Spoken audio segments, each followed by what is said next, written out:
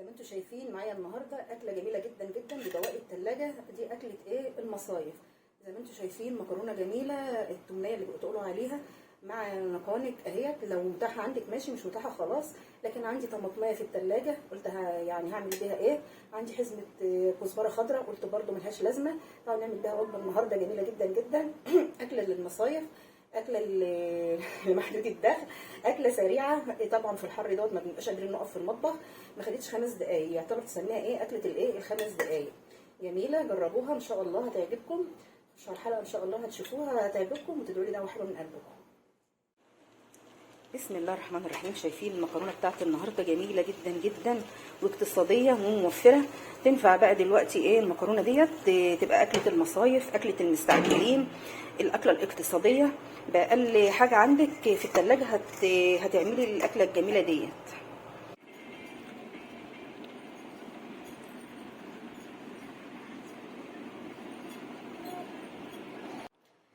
بسم الله الرحمن الرحيم، والصلاة والسلام على أشرف المرسلين سيدنا محمد وعلى آله وصحبه أجمعين. صلاة ينحل بها الكرب وتنفك بها العقد. اللهم اغفر لي ولوالدي وللمؤمنين والمؤمنات يوم يقوم الحساب. اللهم آمين يا رب العالمين. لو أنت جديدة عندي في القناة يا ريت تعملي اشتراك عشان يوصلك كل جديد ان شاء الله. ولو انتم من المتابعين الدائمين عندي تشوفوا الفيديو للاخر وتحطوا لايك، وان شاء الله الفيديو بتاع النهارده يعجبكم. دي من الاكلات الاقتصاديه. يعني انتوا عارفين طبعا ان اليومين دولت الغلا، فعلى قد ما بنقدر بنحاول نوفر. وكمان في الحر ده بيبقى يعني المسبكات مش مستحب قوي.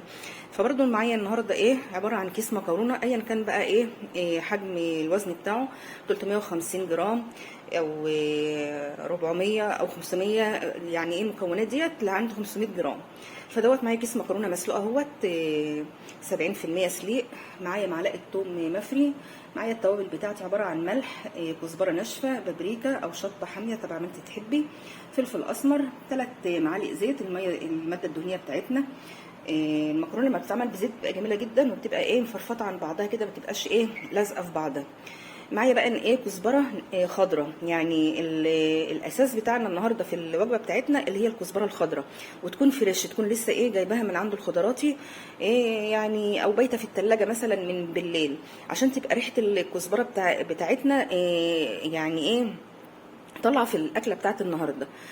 طماطميه فوق المتوسطه، مش كبيره قوي ولا صغيره ولا يعني متوسطه، يعني فوق المتوسطه، متقطعه مكعبات زي ما انتم شايفينها كده. مكعبات يعني تكون برضو متوسطه او صغيره، ما تكونش مكعبات كبيره. معايا النهارده دوت زي اللي بتقولوا بقى عليه سوسيس او نقانق اهيت. انا سايبت حته ما قطعتهاش عشان تشوفوا شكلها. هو بيبقى يعني في الحجم ده او صباع كبير شويه، فانا قطعتها زي ما انتم شايفين كده دواير اهيت.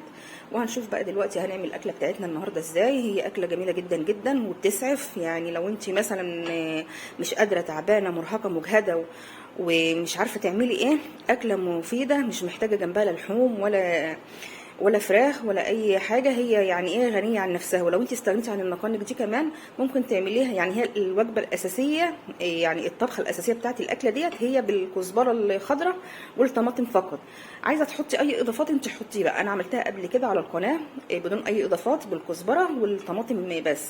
النهارده هضيف عليها النقانق ديت. تعالوا بقى معايا على البوتاجاز ونشوف هنعمل ايه.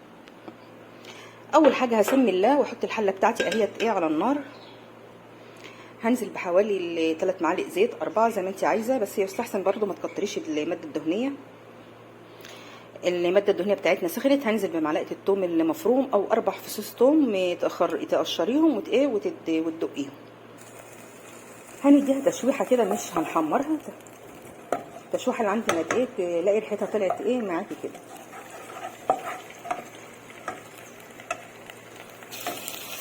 بعد ما التومه بتاعتي زي ما انتم شايفين كده يعني سامعين صوتها، بس ما خدتش لون معايا، هي لسه بدأت تاخد لون. هنزل بقى دلوقتي بالنقانق. اول حاجه هنزل بيها على الدهان والثوم. هديها بقى تشويحه كده مع بعضها.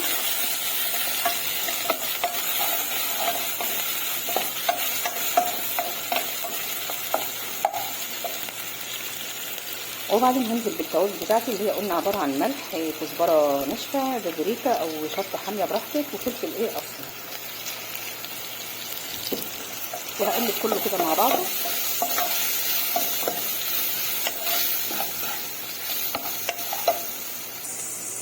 التشويحه بتاعتي ما خدتش الا 3 دقايق بس، يعني انا من اللي هحمر الكزبره ولا حاجه، انا بس يا دوبك بديها تقليبه كده لحد ما اشم ريحه التوابل بتاعتي طلعت ايه في مناخيري.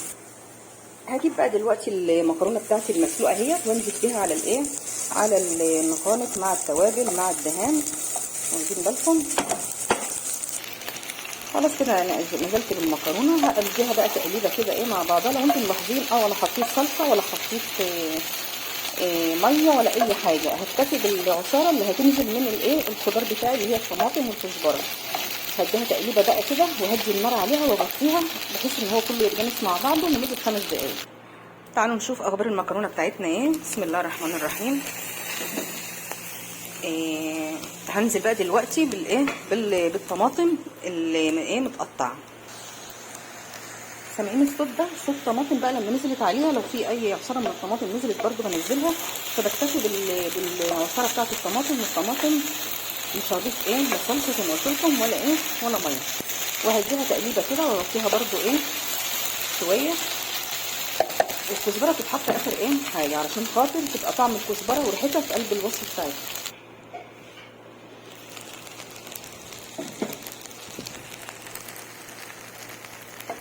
انتوا شايفين الطماطم معايا يعني زي ما هي ايه صحيحه هي، بس دبلانه، يعني مش هسيبها بقى لما تدبل قوي وتبقى يعني ايه رقناء كده وعباره عن قشره، لا انا عايزاها زي ما انتوا شايفين كده تبقى صحيحه بس في نفس الوقت ايه طريه.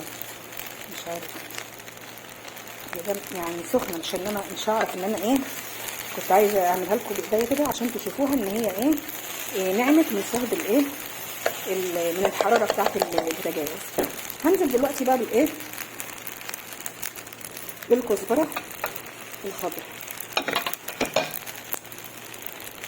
يا دوبك هديها تقليبه واحده بس واروح ايه طافيه عشان خاطر انا عايزه احتفظ بلون الكزبره الجميل دوت، وفي نفس الوقت النكهه بتاعتي ايه ما تنزلش بقى في الاكل. والثوم انا عايزه بحيث ان انتوا تاكلوا لقمه معلقه المكرونه كده تدوقي نكهه الايه الكزبره في بقك ان هي ايه فريش. تقليبه واحده كده وهغطيها هي دقيقه واحده بس واروح ايه طافيه.